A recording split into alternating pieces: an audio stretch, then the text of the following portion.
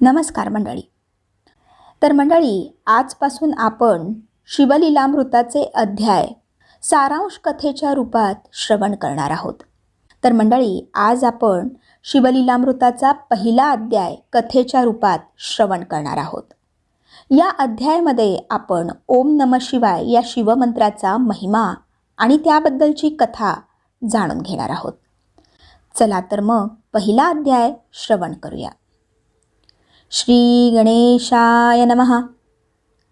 तर श्रोते हो, श्रीधर कवींनी केलेल्या स्तुतीने प्रसन्न होऊन भगवान शंकरांनी त्यांना शिवलीलामृत लिहिण्याचा आशीर्वाद दिला. व्यासांनी जे स्कंद पुराणात ब्रह्मोत्तर खंडात शिवलीलांचे वर्णन केले आहे, तोच हा पवित्र शिवलीलामृत ग्रंथ होय. नैमिषारण्यात सर्व ऋषीगण जमले असता शौनकादी ऋषींनी सुतमुनींना शिवचरित्र सांगण्याची विनंती केली. तेव्हा सुतमुनींनी ओम नमः शिवाय या शिवमंत्राचा महिमा सांगितला. हा सर्वश्रेष्ठ मंत्र असल्याचे त्यांनी सांगितले. नुसते शिवशिव म्हटले तरी शंकर समोर उभा राहतो, एवढा त्याचा महिमा आहे. पण हा मंत्र गुरुमुखातून घेतला तरच प्रभावी ठरतो, म्हणून तो ब्राह्मण गुरुकडून विधियुक्त घ्यावा. शिवमंत्राच्या पुरश्चरणाने सर्व पापे नष्ट होतात. या मंत्राच्या प्रभावाची कथा सुतमुनींनी सांगितली. फार पूर्वी दाशार्ह राजा होऊन गेला. तो उदार व सुलक्षणी होता, पण त्याचा एक दुर्गुण होता. तो कामांध होता. त्याची पत्नी कलावती अतिशय सौंदर्यवती होती. एकदा राजा कामातूर झाला. त्याने कलावती शयन मंदिरात बोलावले, पण ती आली नाही. राग येऊन राजा कलावतीच्या महालात गेला व तिला रतिक्रीडेची विनंती करू लागला. पण तिने नम्रपणे नकार देऊन व्रतस्थ असल्याचे सांगितले. तसेच तिने राजाला स्त्री जर रोगिष्ट, गर्भवती, ऋतुमती, उपाशी, व्रतस्थ, वृद्ध व अशक्त असेल तर तिला भोगू नये असेही सांगितले. पर्वकाळी, उत्तम काळी प्रसन्न मनाने समागम करावा असेही सांगितले. पण राजाने दुर्लक्ष करून तिला बाहुपाशात घेतले. त्या क्षणी त्याचे अंग पोळून निघाले. राजाने याचे कारण विचारता कलावतीने शिवपंचाक्षर मंत्राचा हा प्रभाव असल्याचे सांगितले. राजाला पश्चाताप झाला. त्याने विधिपूर्वक शिवपंचाक्षरी मंत्राची दीक्षा गर्गमुनींकडून घेतली. जे गुरुला शरण जातात ते धन्य होतात. गुरुकडून अनुग्रहित झालेला राजा नित्य शिवपंचाक्षरी मंत्र जपू लागला. हा अध्याय जो पठण करेल त्याची पापे नष्ट होऊन तो शिवकृपेस पात्र होईल. श्री सांब सदाशिवार्पणमस्तु. तर मंडळी, येथे शिवलीलामृत कथासार अध्याय पहिला समाप्त होतो. श्रीराम जय राम जय जय राम. शिवलीलामृत कथासार अध्याय दुसरा. तर श्रोते हो, आपण आता ह्या शिवलीलामृताच्या दुसऱ्या अध्यायामध्ये शिवरात्री महात्म्य जाणून घेणार आहोत. चला तर मग दुसरा अध्याय श्रवण करूया. तर व्यास महर्षींनी माघ मासाचे विशेष महत्त्व सांगितले आहे. याच माघ मासातील कृष्ण चतुर्दशीला महाशिवरात्री म्हणतात.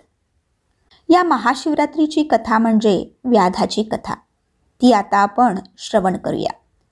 एकदा एक व्याध शिकारीसाठी जंगलात गेला. तेथे त्याने एक शिवमंदिर पाहिले. त्या दिवशी महाशिवरात्री होती. शिवभक्त शिवालयात शिवस्तुती करत होते. तो शिवालयाला वळसा घालून शिकार करण्यासाठी निघाला. जाता जाता गमतीने शिव शिव म्हणू लागला. त्याच क्षणी त्याची पापे जळून गेली. फिरत फिरत तो एका सरोवराजवळ आला. शिकार करण्यासाठी तो एका झाडावर चढला. काही प्रहर लोटला. त्यानंतर एक हरिणी पाणी पिण्यासाठी सरोवराजवळ आली. व्याधाने नेम धरला तशी ती मनुष्यवाणीने बोलू लागली. तिने ती गर्भवती असल्याचे सांगितले व प्रसूती समय जवळ आल्याचे सांगितले. तिने गर्भहत्या पापाचे विवेचन व्याधाला सांगितले. या हरिणीची पूर्वकथा अशी की ही हरिणी म्हणजे रंभा अप्सरा होय. ती सौंदर्यवती होती. तिला आपल्या सौंदर्याचा गर्व झाला. त्यामुळे ती हिरण्य नावाच्या असुराबरोबर राहू लागली. देवसंग तिला आवडेनासा झाला. तिने शिवपूजन पण सोडले. तिला एकदा कैलासाला जाण्याची इच्छा झाली. तिला कैलासात बघून शिव क्रोधित झाले आणि तिच्या सख्या व असुर हिरण्य यांच्यासहित तिला हरिणी होऊन 12 वर्षे राहण्याचा शाप दिला. रंभेने क्षमायाचना केली तेव्हा शिवाने तिला उशाप दिला. आपली ही हकीकत तिने व्याधाला सांगितली, पण व्याधाला तिचे म्हणणे पटले नाही. तेव्हा तिने त्यास वचन देऊन वचनभंगाची पापे काय असतात याचे विवेचन केले. व्याधाने तिला प्रसूत झाल्यावर येण्यास सांगितले. रंभेच्या दोन्ही सख्यांना पण शिवशाप मिळाला होता. त्याही पाणी पिण्यासाठी आल्या. व्याधाने त्यांच्यावर नेम धरला तेव्हा एकीने तसे न करण्यास सांगितले. तिने पतिसेवा करून परत येण्याचे वचन दिले. तिने वचनभंगाच्या पापाचे निरूपण व्याध्यास सांगितले. त्यामुळे व्याधाने तिलाही जाऊ दिले. हिरण्यासूर जो शिवशापाने मृग बनला होता तो पाणी पिण्यासाठी आला. व्याधाने त्यावर नेम धरला, पण त्याने विनंती करून घरच्या सदस्यांना सांगून येतो असे सांगू लागला. मृगाने बऱ्याच पापकर्मांचे निरूपण व्याधाला सांगितले. आश्चर्यचकित झालेल्या व्याधाने मृगाला त्याच्या परिवाराला भेटण्याची परवानगी दिली. थोड्या वेळाने तिसरी हरिणी तेथे आली. व्याधाने तिच्यावर नेम धरला. तिने पिल्लांना स्तनपान करून आल्यानंतर मारण्याची विनंती केली. तिने व्याधाला धर्म, अर्थ, पाप याची माहिती सांगितली. प्रभावित झालेल्या व्याधाने तिला पण जाण्यासाठी सांगितले. व्याध ज्या झाडावर बसला होता ते बेलाचे झाड होते व त्या झाडाखाली शिवलिंग होते.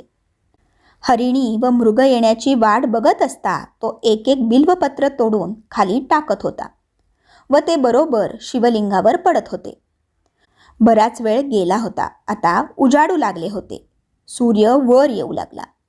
मृग व त्याचा परिवार सरोवरापाशी आला. सर्वांनी त्याला आपले प्राण घेण्याची विनंती केली. व्याधाला गहीवरून आले. त्या मृग परिवाराने सांगितलेले धर्म, अर्थ, मोक्ष याचे विवेचन ऐकून व्याधाची पापे नष्ट झाली. तोच एक चमत्कार झाला. आकाशातून एक दिव्य विमान खाली आले. त्यात दिव्य शिवगण होते. तेवढ्यात त्या हरणांना पण दिव्य देह प्राप्त झाला. व्याधाने शिवनाम घेत शिवगणांना नमस्कार केला. शिवगणांनी त्याला विमानात बसण्याची विनंती केली. व्याधाला दिव्य देह प्राप्त होऊन तो शिवपदाला गेला. आजही आकाशात मृग परिवार व व्याधाची चांदणी दिसते. असा हा शिवरात्री महिमा, जिच्या स्मरणाने देखील महापातके भस्म होतात. तर श्रोते हो, येथे शिवलीलामृत ग्रंथाचा अध्याय 2 समाप्त होतो. श्री सांब सदाशिवार्पणमस्तु. श्रीराम जय राम, जय जय राम. तर श्रोते हो, आता पुढे आपण श्रवण करूया शिवलीलामृत कथासार अध्याय 3. या अध्यायात आपण मित्रसह राजाची कथा व गोकर्ण महिमा श्रवण करणार आहोत. चला तर मग 3 अध्याय श्रवण करूया. तर श्रोते हो, सुतमुनी सांगतात, मित्रसह नावाचा राजा अत्यंत तेजस्वी होता. एकदा तो शिकारीस गेला असता अनावधानाने एक राक्षस त्याच्या हातून मारला गेला. राक्षसाच्या भावाला याचा खूप राग आला आणि त्याने राजाला शासन करण्याचे ठरविले. त्याप्रमाणे तो आचार्याचे रूप घेऊन राजाच्या सेवेस राहिला. राजाने पितृश्राद्धासाठी वसिष्ठांना बोलाविले होते. राजाला धडा शिकवण्याच्या हेतूने आचारी रूपातील राक्षसाने अन्नात नरमास शिजवून मिसळविले. अन्नग्रहणाच्या वेळी वसिष्ठांना हे समजले. त्यांनी राजाला राक्षस होण्याचा शाप दिला. राजाही क्रोधित होऊन आपली चूक नसताना गुरूंनी शाप दिला म्हणून उलट त्यांना शाप देण्यास तयार झाला. पण राणीने त्यांना अडविले. तेव्हा हातात घेतलेले जल त्यांनी राजाच्या पायावर ओतले. त्याच क्षणी राजाचे पाय काळे होऊन त्यावर कोड उठले. त्यामुळे त्याचे नाव कल्माशपात पडले. पण राजाच्या राणीने वसिष्ठांना विनंती करून राजासाठी उशाप मागितला. त्यामुळे वसिष्ठांनी राजास उशाप दिला की 12 वर्षांनी तुझे हे रूप बदलेल. राजा राक्षस होऊन अरण्यात फिरू लागला. भुकेलेला असताना त्याने एका ब्राह्मण पुत्रास पाहिले. खाण्यासाठी त्याला पकडले. त्याच्या पत्नीने जीवनदान देण्याची विनंती केली, पण त्याने ती मानली नाही. त्याने त्या ब्राह्मण पुत्रास खाऊन टाकले. ब्राह्मण पत्नीने शोकाकुल होऊन राजाला शाप दिला की जरी तो पुन्हा राजा झाला तरी स्त्री संग करताच त्याचे प्राण निघून जातील. राजाला अतिशय वाईट वाटले. पुढे जेव्हा 12 वर्षांनी वशिष्ठांचा शाप भोगून तो राजवाड्यात आला तेव्हा तो उदास राहत होता. राजा उदास आहे ही गोष्ट पत्नीच्या लक्षात आली. तिने राजाला विचारले. राजाने घडलेला सर्व प्रसंग तिला सांगितला. तिला अतिशय वाईट वाटले. त्याने वसिष्ठांना सगळी हकीकत सांगितली. नियोग पद्धतीने राजाला पुत्रप्राप्ती झाली. वंशवृद्धीची चिंता मिटली, तरी मूळ समस्या तशीच होती. शापित राजाला हिंडता हिंडता गौतम ऋषी भेटले. राजाने आपली सगळी हकीकत गौतम ऋषींना सांगितली. ऋषींनी त्याला गोकर्ण महाबळेश्वरचे महात्म्य सांगून त्याला तिथे जाण्यास सांगितले. रावणाने आपल्या तपसाधनेने मिळविलेले शिवलिंग राक्षस लोकात जाऊ नये म्हणून गणेशाद्वारे ते पृथ्वीवर ठेवले आणि ते कायमस्वरूपी तेथे स्थिर झाले. गौतम ऋषींनी राजाला अजून एक गोष्ट सांगितली की अरण्यात त्यांना एक चांडाळ स्त्री दिसली. ती अत्यंत कुरूप होती. तिचा पूर्ववृत्तांत असा की ती ब्राह्मण कन्या होती. तिचे नाव सुमित्रा असे होते. तिच्या पित्याने तिचे वयात येताच लग्न लावून दिले, पण दुर्भाग्यवश तिला वैधव्य आले. पण शारीरिक भुकेसाठी ती वाममार्गाला लागली. पित्याने खूप समजाविले, पण तिने काही ऐकून घेतले नाही. ती एक शूद्राबरोबर राहू लागली, मद्यपान करू लागली. त्यातच बोकड समजून तिने वासरू कापले. लक्षात येताच ती शिवशिव करून ओरडली. पुढील जन्मात ती चांडाळीन झाली, पण जन्मांध होती. एक दिवस शिवदर्शनास निघालेल्या शिवभक्तांच्या मागून ती निघाली. भुकेने व्याकुळ झाली. एका भक्ताने एक बेलपत्र तिच्या हातावर ठेवले. हा खाण्याचा पदार्थ नाही असे समजून तिने रागाने ते दूर फेकले. ते बेलपत्र वाऱ्याने उडून शिवलिंगावर पडले. अशा प्रकारे तिची पर्वकाळी शिवसेवा झाली. त्या पुण्याईने तिला शिवलोक मिळाला. गौतमांनी मार्गदर्शन केल्यामुळे राजाला आनंद व समाधान वाटले. त्यांनी राजाला महाबळेश्वर येथे जाऊन शिवपूजन करण्यास सांगितले. त्याप्रमाणे राजाने शिवपूजन करून शेवटी तो शिवलोकास निघून गेला. राजाला स्वरूपता मुक्ती मिळाली. असा हा गोकर्ण महाबळेश्वरचा महिमा. तर श्रोते हो, येथे श्री शिवलीलामृत ग्रंथाचा अध्याय 3 समाप्त होतो. श्री सांब सदाशिवार्पणमस्तु. श्रीराम जय राम, जय जय राम. शिवलीलामृत कथासार अध्याय 4. तर श्रोते हो, या अध्यायामध्ये आपण विमर्शन व कुमुद्वती आणि चंद्रसेन व श्रीकर यांची कथा श्रवण करणार आहोत. चला तर मग 4थ्या अध्यायाला सुरुवात करूयात. श्री गणेशाय नमः. तर श्रोते हो, सूत सांगतात, फार वर्षापूर्वी किरात देशात राजा विमर्शन अतिशय पराक्रमी होऊन गेला. पण तो अधर्माने वागायचा. मात्र त्याची शिवभक्ती अपार होती. एके दिवशी राणी कुमुद्वतीने त्यास विचारले, शिवाराधना करून पण तुम्ही अधर्माने का वागता? तेव्हा राजाने तिला त्याचा पूर्व इतिहास सांगितला. तो म्हणाला, मागील जन्मात मी कुत्रा होतो. काहीतरी खायला मिळेल या आशेने मी शिवमंदिरासमोर उभा राहिलो. त्या दिवशी महाशिवरात्री होती, पण द्वारपालाने त्याला काठीने मारले. मार चुकविण्यासाठी तो पळू लागला. त्यामुळे नकळत शिवमंदिराला प्रदक्षिणा घातली गेली. परत मंदिरासमोर आला तेव्हा द्वारपालाने त्यास बाण मारला. शिवलिंगाकडे बघतच त्याने प्राण सोडला. त्या पुण्याईनेच आज हे वैभव उपभोगत आहे. पण श्वानाच्या अंगाचे मूळ दोष अजून गेलेले नाहीत, म्हणून मी आज हे दोषपूर्ण आचरण करतो. हे ऐकून राणी कुमुद्वतीने स्वतःच्या पूर्वजन्माबद्दल राजाला विचारले. तेव्हा राजाने तिला सांगितले की तू मागील जन्मी कपोती होतीस. एकदा भक्ष घेऊन जात असता तुझ्या मागे ससाणा लागला. जीव वाचवण्यासाठी तू फेऱ्या घालू लागलीस. नेमके ते शिवमंदिराचे शिखर होते. दमून तू शिखरावर बसलीस. त्याच वेळी ससाण्याने तुझ्यावर झडप घातली. त्या पुण्याईने तुला राणीचा जन्म मिळाला. उत्सुक होऊन राणीने राजाला पुढील जन्माबद्दल विचारले. तेव्हा राजाने तिला आपल्या पुढील जन्माबद्दल सविस्तर सांगितले. अंतिम जन्मी मी व तू अगस्ती ऋषींना शरण जाऊन शिवपंथाची दीक्षा घेणार असल्याचं राजाने राणीला सांगितलं. पुढे सुतमुनींनी चंद्रसेन राजाची कथा सांगितली. ते म्हणाले, चंद्रसेन राजा परमशिवभक्त होता. त्याचा मणिभद्र नावाचा एक मित्र होता. राजा सद्विवेकी असल्याने तो अजय होता. एके दिवशी मणिभद्रने राजाला एक मौल्यवान मणी भेट केला. त्यामुळे चंद्रसेनाची अधिक भरभराट होत गेली. त्यामुळे त्याला अनेक शत्रू निर्माण झाले, पण तो कोणालाही शरण जात नव्हता. राजा त्या मौल्यवान मण्यामुळे शक्तिशाली आहे असे समजून सर्व राजे त्याला विरोध करून युद्ध करण्यास तयार झाले. पण राजाला युद्ध नको होते. त्यामुळे तो शिवशंभोला शरण गेला. पण बाहेर युद्ध सुरू होते, तर आतमध्ये राजाची शिवाराधना सुरू होती. ती पाहण्यासाठी जनता लोटली होती. त्यातच एक 6 वर्षाचा मुलगा श्रीकरही होता. शिवपूजन आटोपल्यावर सर्व लोक आपल्या घरी गेले. श्रीकरची आई पण त्याला घरी घेऊन आली. इकडे श्रीकरला शिवपूजा आठवली. त्याने तेथेच दगड मातीचे शिवलिंग करून त्याची तो पूजा करू लागला. आणि तो पूजेत इतका तल्लीन झाला की आई त्याला हाक मारतीये याकडे त्याचे लक्ष नव्हते. त्यामुळे आईने रागाने येऊन पाहिले तर हा दगड मातीत ध्यान लावून बसला होता. तिने रागाने त्याला ओढले व ती दगड माती उधळवून लावली.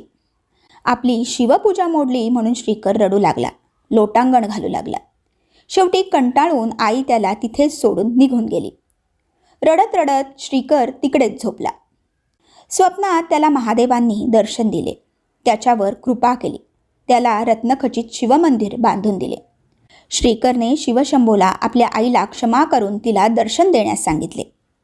तसे शिवशंभोने ते मान्य केले आणि जेव्हा स्वप्नातून श्रीकर जागा झाला तेव्हा त्याला खरोखरच रत्नखचित शिवमंदिर आजूबाजूला दिसले आणि प्रत्यक्ष शिवशंभोही दिसले. आणि श्रीकर आपल्या आईला घेऊन आला. आईने शिवशंभोंना नमस्कार केला. त्याची भक्ती पाहून तिला भरून आले व न राहून तिने ही घटना राजा चंद्रसेन यांना सांगितली. राजाही आश्चर्यचकित होऊन श्रीकरला भेटण्यासाठी आला. रत्नखचित शिवमंदिर व शिवपूजेत मग्न श्रीकर पाहून राजाला नवल वाटले. त्यानेही शिवशंभोला मनोभावे नमस्कार केला. ही घटना शत्रू राजांना समजली. त्यामुळे त्यांचे मतपरिवर्तन होऊ लागले. त्यांनी युद्ध थांबवून शिवशंभोचे दर्शन घेण्याची इच्छा व्यक्त केली. चंद्रसेनालाही आनंद झाला. त्यामुळे शिवशंभो प्रसन्न झाला की काहीही घडू शकते. अशा प्रकारे श्रीकरचे कौतुक होत असता रामभक्त हनुमान तेथे प्रकट झाले. त्यांनी श्रीकरवर कृपादृष्टी करून त्याला अनुग्रहित केले. रामभक्त हनुमान ज्याचा सद्गुरू आहे त्याला भय कसले. श्रीकर व चंद्रसेन नित्य शिवाराधना करू लागले व अंती शिवपदास पोहोचले. या अध्यायाचे पठण करता आयु आरोग्य धन व उत्तम पुत्रसंतती प्राप्त होते. तर श्रोते हो, येथेच आपला शिवलीलामृत ग्रंथाचा 4था अध्याय समाप्त होतो. सांब सदा शिवार्पणमस्तु. श्रीराम जय राम जय जय राम. श्री शिवलीलामृत कथासार अध्याय 5. तर श्रोते हो, या 5व्या अध्यायामध्ये आपण धर्मगुप्त आख्यान श्रवण करणार आहोत. चला तर मग 5व्या अध्यायाला सुरुवात करूयात. श्री गणेशाय नमः. तर श्रोते हो, जो शिवाची भक्ती करतो त्याला सर्व सुखे प्राप्त होतात. प्रदोष व्रत केल्याने अकाली मृत्यू गंडांतर येत नाही. प्रदोष व्रताचे महात्म्य खूप आहे. यावर आधारित असलेली सत्यरथ राजाची कथा आता आपण श्रवण करूया. तर सत्यरथ राजा हा विदर्भ नगरीचा अतिशय शूर राजा होता. तो परम शिवभक्त होता. राजाला एका युद्धात वीरमरण आले.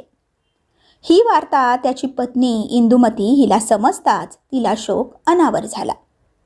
त्यावेळी ती गरोदर होती. आपले व बाळाचे प्राण वाचविण्यासाठी ती गुप्त मार्गाने राज्याबाहेर गेली. अरण्यातून जात असता तिला प्रसूती वेदना सुरू झाल्या. ती प्रसूत होऊन तिला पुत्ररत्न झाले. तहानलेली राणी तशीच एका सरोवराजवळ आली. तिने बाळाला झाडाखाली ठेवले व ती पाणी पिण्यासाठी सरोवराजवळ गेली. पण दुर्दैवाने तिथे लपलेल्या मगरीने तिच्यावर हल्ला केला व तिला खाऊन टाकले. मग पुढे त्या बाळाचे काय झाले ते जाणून घेण्यासाठी आता पुढे आपण धर्मगुप्ताची कथा श्रवण करूया. तर श्रोते हो, सत्यरथ व इंदुमतीचा पुत्र जो सरोवराजवळच्या झाडाखाली होता तो रडू लागला. त्यावेळी उमा नावाची एक विधवा बाई तिथून जात होती. तिला बाळाच्या रडण्याचा आवाज आला, त्यामुळे ती तिथे आली. तेव्हा शंभोनी साधूचे रूप घेऊन येऊन तिला त्या बाळास सांभाळण्यास सांगितले. उमेचा स्वतःचा मुलगा शुचिर्वत व हे छोटे बाळ असे दोघांचे ती संगोपन करू लागली. तिने बाळाचे नाव धर्मगुप्त ठेवले. उमा मुलांना घेऊन एका नगरीत आली असता शांडिल्य ऋषींनी तिला धर्मगुप्ताची माहिती सांगितली. त्यांनी सांगितले, सत्यरथ राजाने शिवप्रदोष व्रत अर्धवट टाकून उठल्यामुळे त्यांच्यावर हा प्रसंग आला, म्हणून शिवपूजा अर्धवट टाकू नये. उमेने आपल्या दोन्ही मुलांना शांडिल्यांच्या पायावर घातले. त्यांनी दोघांना अनुग्रहित करून ओम नमः शिवाय या मंत्राचा उपदेश करून प्रदोष व्रतविधी समजावून सांगून त्यांना त्याचे महात्म्य सांगितले. शुचिर्वत व धर्मगुप्ताने यथासांग प्रदोष व्रत केले. त्याच्या प्रभावाने त्यांचे दारिद्र्य नाहीसे झाले. आता दोघांनी तारुण्यात प्रवेश केला होता. एक दिवस अरण्यातून हिंडताना त्यांना गंधर्व कन्या दिसल्या. धर्मगुप्ताला अंशुमती नावाची गंधर्व कन्या आवडली. ती कोद्रविण नावाच्या गंधर्व राजाची कन्या होती. तो तिच्यावर मोहित झाला. एकदा गंधर्व राजाने आपली कन्या कोणास देऊ असे शंकराला विचारले असता शंभोनी ती धर्मगुप्ताला दे असे सांगितले होते. शंभोंचे हे वचन असे खरे होऊ पाहत होते. धर्मगुप्ताने शुचिर्वतद्वारे अंशुमतीला स्वतःची ओळख सांगून विवाह प्रस्ताव पाठविला. तिने तो स्वीकारून 3 दिवसानंतर त्याच वनात आपल्या पित्यासह येत असल्याचे सांगितले. गंधर्व राजाने अंशुमतीचा विवाह धर्मगुप्ताबरोबर करून दिला. पुढे धर्मगुप्ताने गंधर्व राजाच्या सहाय्याने आपले राज्य परत मिळविले. शिवप्रदोष व्रताने धर्मगुप्ताची सर्व पापे दूर होऊन तो राणीसह ऐश्वर्य भोगू लागला. सूत म्हणाले, हे धर्मगुप्ताचे आख्यान जो कोणी भक्तीने पठण व श्रवण करेल त्यांना सर्वत्र विजय मिळेल. प्रदोष महिमा अद्भुत आहे. जो कोणी विधीपूर्वक प्रदोष व्रत करेल त्यांना दुःख, दारिद्र्य, अपमृत्यूचे भय राहणार नाही. तर श्रोते हो, येथे श्री शिवलीलामृत कथासार ग्रंथाचा 5वा अध्याय समाप्त होतो. श्री सांब सदाशिवार्पणमस्तु. श्रीराम जय राम, जय जय राम. श्री शिवलीलामृत कथासार अध्याय 6वा. तर श्रोते हो, या शिवलीलामृताच्या 6व्या अध्यायामध्ये आपण सीमंतिनी आख्यान श्रवण करणार आहोत. चला तर मग 6वा अध्याय श्रवण करूया. तर श्रोते हो, सूत सांगतात, सोमवार, प्रदोष व्रत आणि शिवरात्रीचे व्रत करणाऱ्यांचा उद्धार होतो. आर्यावर्ताचा राजा चित्रवर्मा सत्वशील व पुण्यवान होता. अत्यंत शिवभक्त अशा राजाला सीमंतिनी नावाची अत्यंत रूपवती कन्या होती. सीमंतिनीचा अर्थ सौंदर्याची परिसीमा असा होतो. पण पत्रिकेनुसार तिला वैधव्य योग होता, पण शिवकृपेने तो टळेल असे सांगितले होते. सीमंतिनीला शिवाराधना करण्यास सांगितले. त्याप्रमाणे ती शिवाराधना करू लागली. पुढे तिचा विवाह नेषद राजाचा राजा इंद्रसेन याचा पुत्र चित्रांगद यांच्याशी झाला. विवाहानंतर सासरी गेल्यावरही सीमंतिनीची शिव आराधना सुरू होती. लग्नानंतर एक दिवस राजपुत्र चित्रांगद शिकारीस गेला असता यमुनाकाठी त्याला एक सुंदर नौका दिसली. मृगया थांबून तो नौका विहारास निघाला. थोड्याच वेळात नौका उलटली व राजपुत्र यमुनेत बुडाला. खूप शोध करूनही तो सापडला नाही. हे ऐकून सीमंतिनी शोकाकुल झाली आणि पुढे ती विधवेचे आयुष्य जगत असताना शिवाराधना करू लागली. चित्रांगदचा मृत्यू झाल्यामुळे शत्रूने त्यांचे राज्य हडपले. पुढे 2 वर्षानंतर इकडे यमुनेत बुडालेला राजपुत्र नागलोकी पोहोचला. नागराजा तक्षक याने राजपुत्र चित्रांगद याला त्याची हकीकत विचारली. त्याची हकीकत ऐकून तक्षक राजाला वाईट वाटले.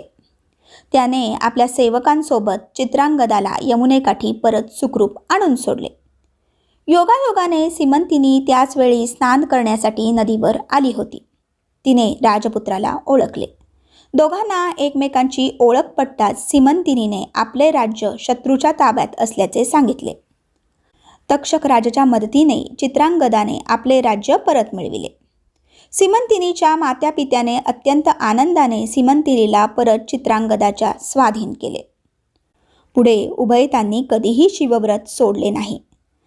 व्रताच्या प्रभावाने उभयतांनी अनेक वर्षे सुखांनी राज्य केले. असे हे सीमंतिनी आख्यान ज्या स्त्रिया श्रवण व पठण करतील त्यांचे सौभाग्य वाढेल. दूर गेलेला पती जवळ येईल. विधवा स्त्रियांनीही शिवभक्ती अवश्य करावी. परमनिष्ठेने आजन्म सोमवार व्रत करावे. तर श्रोते हो, येथेच श्री शिवलीलामृत कथासार ग्रंथाचा 6वा अध्याय समाप्त होतो. श्री सांब सदाशिवार्पणमस्तु.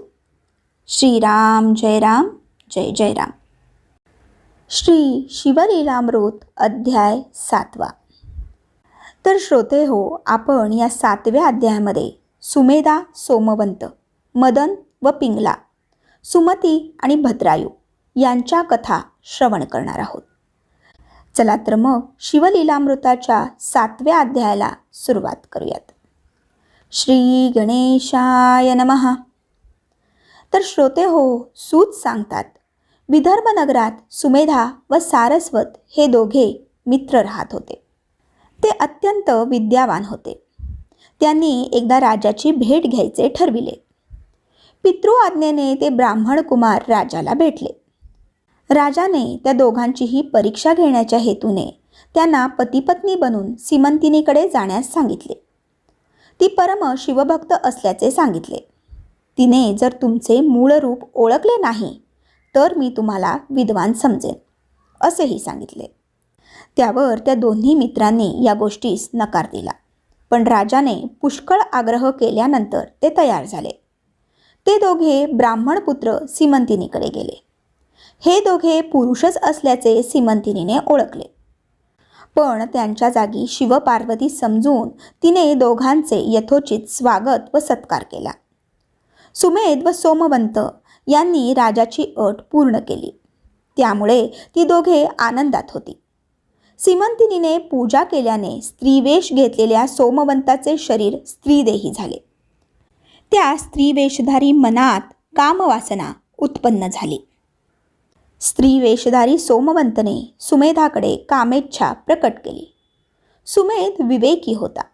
त्याने स्त्रीवेशधारी सोमवंताला समजावून घरी आणले व घडला सर्व प्रकार घरातल्या सर्वांना सांगितला.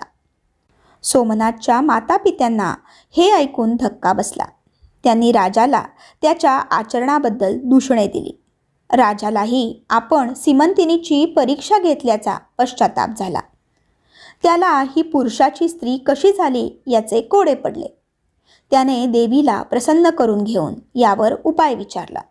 त्यावर देवीने उपाय म्हणून राजाला सांगितले की तू या दोघांचा विवाह करून दे आणि त्यांच्या पोटी एक दैवी पुत्र जन्माला येईल असे सांगितले.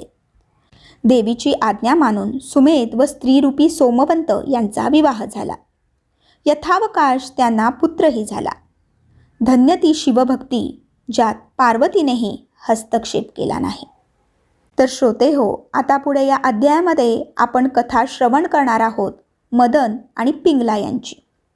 तर श्रोते हो, पुढे सूत सांगतात, अवंती नगरात मदन नावाचा ब्राह्मण राहत असे. तो अत्यंत कामुक होता. पिंगला नावाच्या वेश्याच्या तो नादी लागला. तिच्या मोहापायी त्याने घराचाही त्याग केला. त्या काळी ऋषभ नावाचा महान योगी लोकोद्धारासाठी संचार करत होता. तो महान शिवभक्त होता. एकदा तो पिंगलेच्या द्वारी आला असता पिंगला व मदन यांनी त्याचे स्वागत करून यथासांग पूजन केले. काही दिवसांनी दोघेही मरण पावले. पण शिवयोग्याच्या अल्पसेवेमुळे दोघांना उत्तम कुलात जन्म मिळाला. मदनाने दाशार्ह राजा वज्रबाहू व त्याची राणी सुमती यांच्या पोटी जन्म घेतला. तर पिंगलेने सीमंतिनीची कन्या म्हणून जन्म घेतला. तिचे नाव कीर्तिमालिनी ठेवले गेले. तर श्रोते हो, याच अध्यायात पुढे आपण श्रवण करणार आहोत कथा सुमती व भद्रायू यांची. सूत पुढे सांगतात, सुमती गरोदर असताना तिच्या सवती तिचा द्वेष करायच्या. त्यांनी सुमतीवर विष प्रयोग केला. त्यामुळे सुमती क्षतिग्रस्त झाली. त्यामुळे राजाने स्वतःच्या राणीला व स्वतःच्या मुलाला अरण्यात सोडले.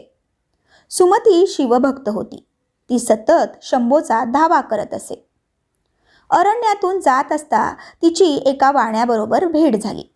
त्याने तिला वैश्यनगरास आणले व तिची आणि नगराधिपती पद्माकर यांची भेट घालून दिली. पद्माकरने सुमतीला धर्मकन्या मानून आश्रय दिला. त्याने सुमती व तिच्या मुलावर उपचार केले, पण काही उपयोग झाला नाही. थोडे दिवसात सुमतीचा मुलगा मरण पावला. ती शोकाकुल झाली.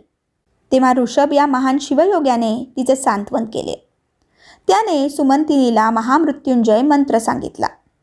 त्याने महामृत्युंजय जपाने भारलेले भस्म तिला व तिच्या पुत्राला लावले.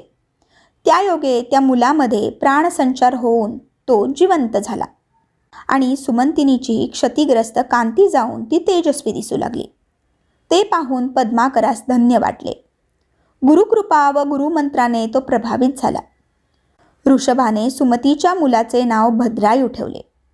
त्याने भद्रायूला 12 वर्षाचा झाल्यावर नीतिधर्म समजावून सांगितला. या अध्यायाचे श्रवण व पठण करता उमारमणासहित गिरीप्रदक्षिणा केल्याचे फळ मिळते. तर श्रोते हो, येथेच श्री शिवलीलामृत ग्रंथाचा 7वा अध्याय समाप्त होतो.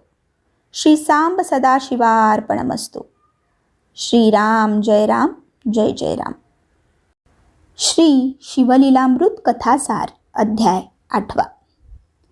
तर श्रोते हो, या अध्यायामध्ये आपण भद्रायू आख्यान श्रवण करणार आहोत. चला तर मग 8व्या अध्यायाला सुरुवात करूयात. तर मंडळी, सूत सांगतात, ऋषभाने भद्रायूस नीतिधर्माचा उपदेश केल्यानंतर शिवकवच, रुद्राक्षधारण, भस्मधारण शिकविले. तसेच त्याला एक मौल्यवान शंख भेट म्हणून दिला. काही वर्षे लोटली. राजा वज्रबाहू, जो भद्रायूचा पिता, त्याच्यावर मगध देशाचा राजा हेमरथ याने आक्रमण करून वज्रबाहूला पराजित केले. ही गोष्ट भद्रायूला समजली. त्याने आईचा आशीर्वाद घेऊन हेमरथ राजावर आक्रमण केले. त्याचा पराभव करून त्याने आपला पिता व सावत्र माता यांना बंदीगृहातून मुक्त केले. राजा वज्रबाहू व सावत्र माता यांनी भद्रायूचे मनापासून आभार मानले. भद्रायूने राजाकडे स्वगृही जाण्याची अनुमती मागितली व सांगितले की मी 3 दिवसांनी परत येईन, तेव्हा माझी ओळख सांगेन. त्याच समयी शिवयोगी ऋषभाने चित्रांगद व सीमंतिनीची भेट घेऊन भद्रायूचा जन्मवृत्तांत सांगितला. तसेच कीर्तिमालिनीचा विवाह त्याच्याबरोबर करण्यास सुचविले. त्याप्रमाणे उभयतांचा विवाह संपन्न झाला. भद्रायूच्या विवाहास राजा वज्रबाहू पण आला होता. त्याने भद्रायूची चौकशी करताच भद्रायूने त्याला एकांतात नेऊन त्याचाच पुत्र असल्याचे सांगितले व आपला व आपल्या आईचा पूर्व इतिहास सांगितला. राजाला पश्चाताप झाला. त्याने सुमती व भद्रायूची माफी मागितली. पुढे काही वर्षांनी आपले राज्य भद्रायूला देऊन तो सुमतीसह हिमालयात शिवाराधनेसाठी निघून गेला. भद्रायू व कीर्तिमालिनी शिवभक्त होते. एकदा ते वनविहारास गेले असता एक ब्राह्मण दाम्पत्य जीवाच्या आकांताने ओरडत येताना त्यांना दिसले.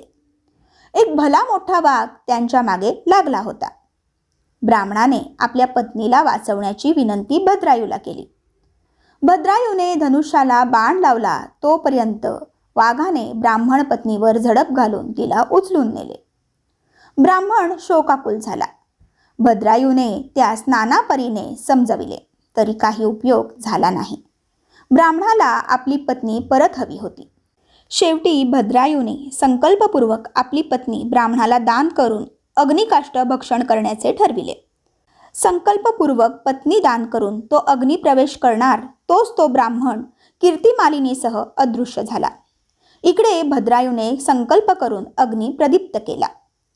भस्म रुद्राक्ष धारण करून गुरूंना नमस्कार करून चितेत उडी टाकणार तो शिवशंभो पार्वतीसह प्रकट झाले.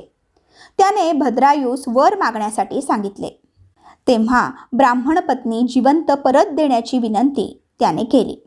हे ऐकून शिवशंभोंनी ही आपलीच लीला असल्याचे सांगितले. शिवशंभोंनी प्रसन्न होऊन भद्रायूच्या कुलाचा उद्धार केला. सूत सांगतात, हे भद्रायू आख्यान जो कोणी श्रवण पठण करेल त्याचा सर्व वादविवादात जय होईल, यशकीर्ती वाढेल. तर श्रोते हो, येथेच श्री शिवलीलामृत कथासार अध्याय 8 समाप्त होतो. श्री सांब सदाशिवार्पणमस्तु. श्रीराम जय राम, जय जय राम. श्री शिवलीलामृत कथासार अध्याय 9. तर श्रोते हो, या अध्यायात आपण ब्रह्मराक्षस, ब्राह्मण आणि शबर दाम्पत्यांचा उद्धार याबद्दलची कथा श्रवण करणार आहोत. चला तर मग 9व्या अध्यायाला सुरुवात करूयात. श्री गणेशाय नमः. तर श्रोते हो, जिथे शिवनामाचा गजर अहोरात्र असतो तिथे जन्म मरण संसार भय याचे अस्तित्व नसते. याची कथा सूत सांगतात. या कथेमध्ये आपण वामदेव व ब्रह्मराक्षस यांची कथा श्रवण करणार आहोत. तर श्रोते हो, सूत म्हणतात, वामदेव नावाचा ऋषी महाज्ञानी व परमशिवभक्त होता. एके दिवशी अरण्यातून भटकताना त्याची भेट ब्रह्मराक्षसाशी झाली. ब्रह्मराक्षस त्याला खाण्यासाठी अंगावर धावून गेला. पण वामदेवाचा स्पर्श होताच त्याची असुरवृत्ती नाहीशी होऊन त्याच्यात सात्विकता उत्पन्न झाली. आपल्या स्पर्शाने राक्षसाचा उद्धार झाला हे वामदेवाला कळलेही नाही. पण ब्रह्मराक्षसाने त्याचा पूर्व इतिहास सांगितला. मागील जन्मी तो दुर्जय नावाचा राजा होता. त्याने अनेक पापकर्मे केली. त्याचीच फळे मी भोगतो आहे. पण तुमच्या स्पर्शाने मी पापमुक्त झालो. हे कसे काय? असे ब्रह्मराक्षसाने वामदेवांना विचारले. तेव्हा वामदेवांनी त्याला भस्म महिमा व भस्मधारण विधी सांगितला. भस्म महिमा ऐकून ब्रह्मराक्षस पावन झाला. मंत्र, तीर्थ, ब्राह्मण, देव, गुरु, यज्ञ, ज्योतिषी व औषध याविषयी मनात नेहमी श्रद्धा हवी, तरच त्याची अनुभूती येते. पुढे सुतांनी शबर दाम्पत्यांचा उद्धार कसा झाला याबद्दलची कथा सांगितली. सूत सांगतात, जो श्रद्धेने भस्म धारण करतो त्यावर कायम शंभोंची कृपादृष्टी असते. पांचाल देशाचा राजा सिंहकेतू पराक्रमी होता. तो शिकारीसाठी गेला होता. काही भिल्ल पण त्याच्याबरोबर होते. त्यातील एका भिल्लाला एक शिवलिंग दिसले. त्याने ते राजाला दाखविले.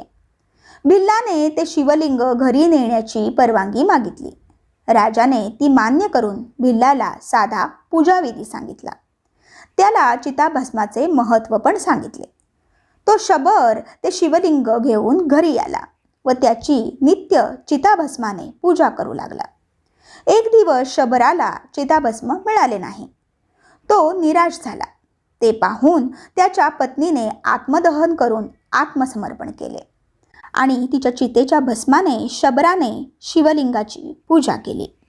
आणि पूजा झाल्यावर नेहमीप्रमाणे शबराने नैवेद्यासाठी पत्नीला हाक मारली. तर काय आश्चर्य, हाकेसरशी पत्नी धावत आली. शबराला ते पाहून आश्चर्य वाटले.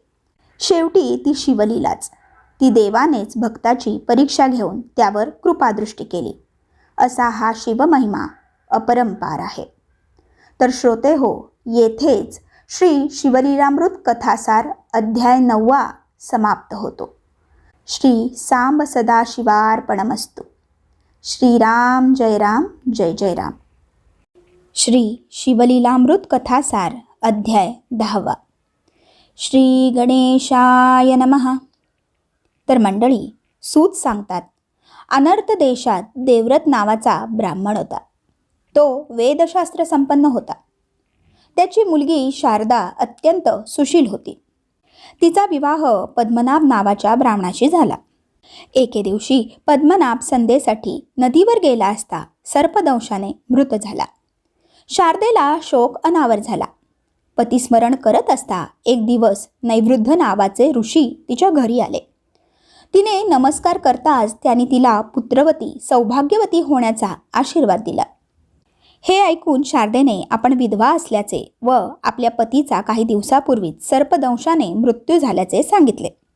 तेव्हा ऋषींनी आपले वचन खोटे होणार नसल्याचे सांगितले.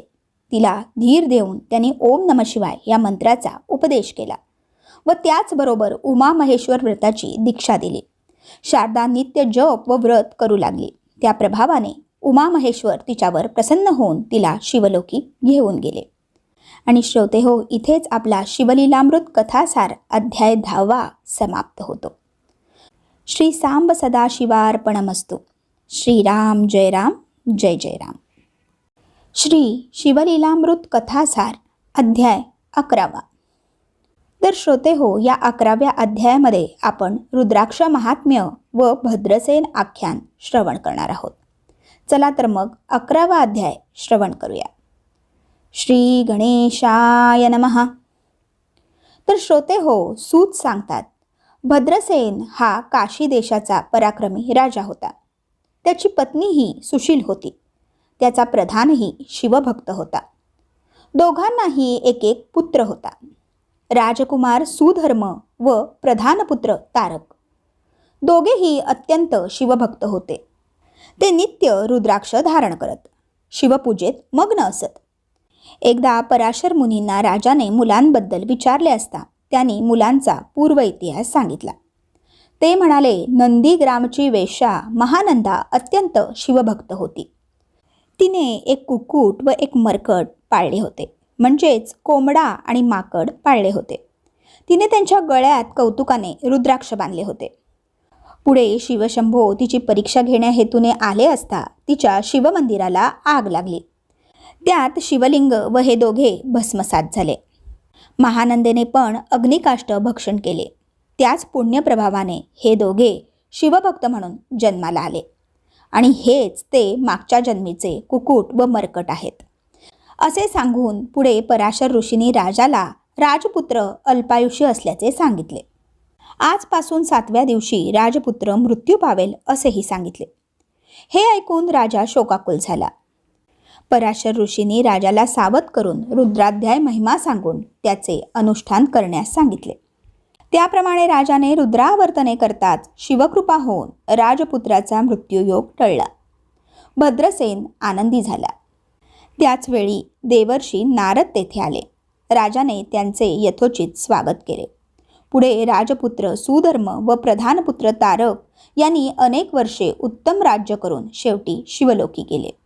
हे भद्रसेन आख्यान जो कोणी वाचेल त्यांना दीर्घायुषी व उत्तम संतती होईल.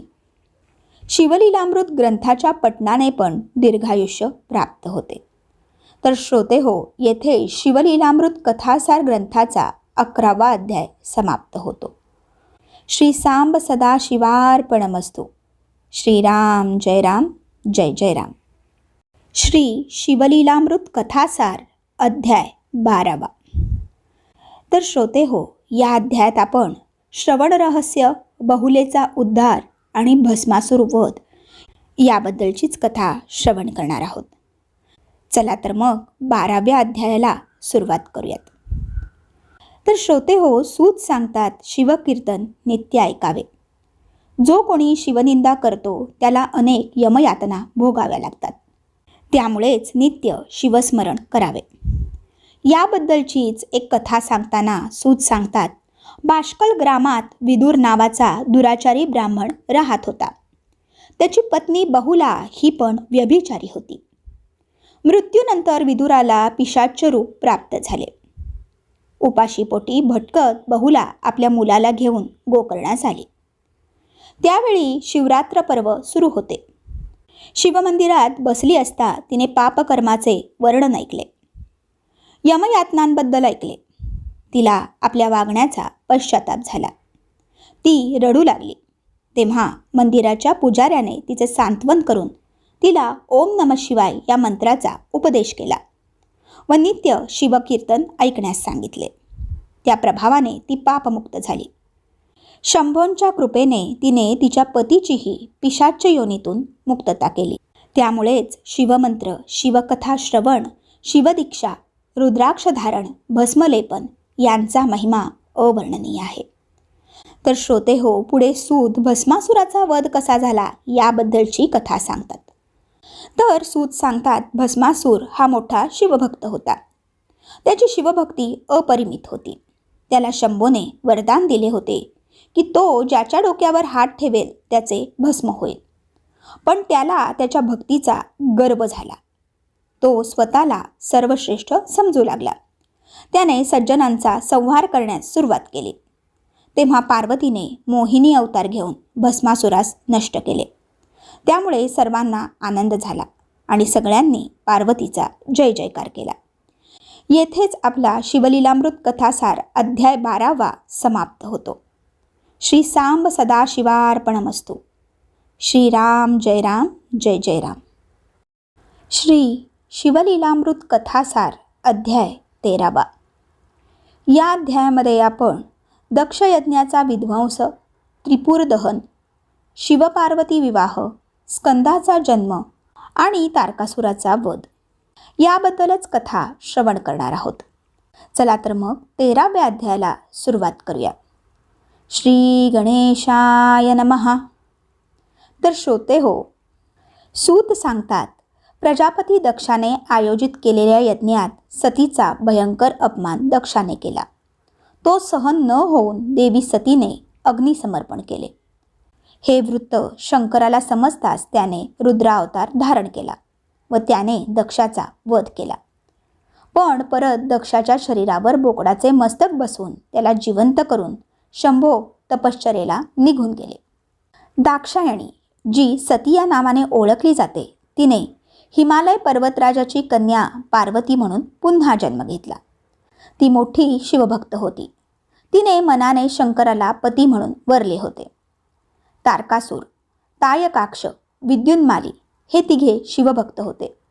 त्यांना अनेक वर प्राप्त होते म्हणून ते उन्मत्त झाले होते. शंकरांनी पाशुपत्य अस्त्राचा पराभव करून तारकासुराच्या पुत्रांचा नाश केला. हे ऐकून तारकासूर खवळला. तारकासुराचा वध हा शिवपार्वतीच्या पुत्रापासून होणार आहे हे विधिलिखित होते. त्यामुळे शिवांची तपश्चर्या भंग करून त्यांना विवाह करायला तयार करण्यासाठी देवांनी मदनाची मदत घेतली. पण शंकरांनी मदनाला भस्मसात केले. मदनपत्नी रती हिला शोक अनावर झाला. तेव्हा इंद्रांनी तिचे सांत्वन केले आणि सांगितले की द्वापार युगात तुमचे पुन्हा मिलन होईल. तर दुसरीकडे उमेने शिवप्राप्तीसाठी घोर तपश्चर्येची सुरुवात केली. त्यायोगे प्रसन्न होऊन शिवाने उमेला पत्नी म्हणून स्वीकारले. मोठ्या आनंदाने शिवपार्वती विवाह सोहळा पार पडला. तर दुसरीकडे तारकासुराचा अन्याय दिवसेंदिवस वाढतच चालला होता. सगळ्यांनाच त्याने त्राही भगवान करून सोडले होते. शिवपार्वती एकांतात असता अतिथी म्हणून आलेल्या अग्नीला पार्वतीने शिवतेज भिक्षा म्हणून दिली. अग्नीने ते 6 कृतिकांना दिले. त्यायोगे त्यांना गर्भधारणा झाली. त्यांनी भयभीत होऊन गर्भत्याग केला. तेव्हा एक चमत्कार घडला. ते 6 गर्भ एकत्र होऊन एक दिव्य बालक जन्मले. कृतिका नक्षत्रावर जन्म झाल्यामुळे त्याचे नाव कार्तिकेय पडले. यालाच स्कंद या नावानेही ओळखतात. पुढे तारकासूर आणि देव यांच्यामध्ये युद्ध सुरू झाले. देवांनी स्कंदाला सेनापतिपद दिले. तारकासूर आणि स्कंद यांच्यात मोठे युद्ध होऊन अखेर स्कंदाने तारकासुराचा वध केला. त्यामुळे सर्वांना आनंद झाला. पार्वतीने स्कंदाला विवाह करण्याचा आग्रह केला, पण त्याने तो नाकारला. सुतांनी स्कंदपुराणातील ही कथा सर्वांना सांगितली. तिचे श्रवण केल्याने सर्व दुःखे दूर होतात हेही सांगितले. आणि इथेच आपल्या शिवलीलामृत कथासार अध्याय 13व्याची समाप्ती होते. श्री सांब सदाशिवार्पणमस्तु. श्रीराम जय राम, जय जय राम. श्री शिवलीलामृत कथासार अध्याय 4. तर श्रोते हो, या अध्यायामध्ये आपण पार्वतीचा भिल्लीन वेश व श्रीयाळ चांगुणेची सत्वपरीक्षा याबद्दलचीच कथा श्रवण करणार आहोत. चला तर मग 14व्या अध्यायाला सुरुवात करूया. तर श्रोते हो, सूत मुनी शिवलीला सांगतात. शिवपार्वती षडानन व गजानन यांच्यासोबत आनंदाने काल व्यतीत करत होते. एकदा पार्वती शंकराचे मुखावलोकन करत असता तिला जटेमध्ये एका स्त्रीचे मुख दिसले.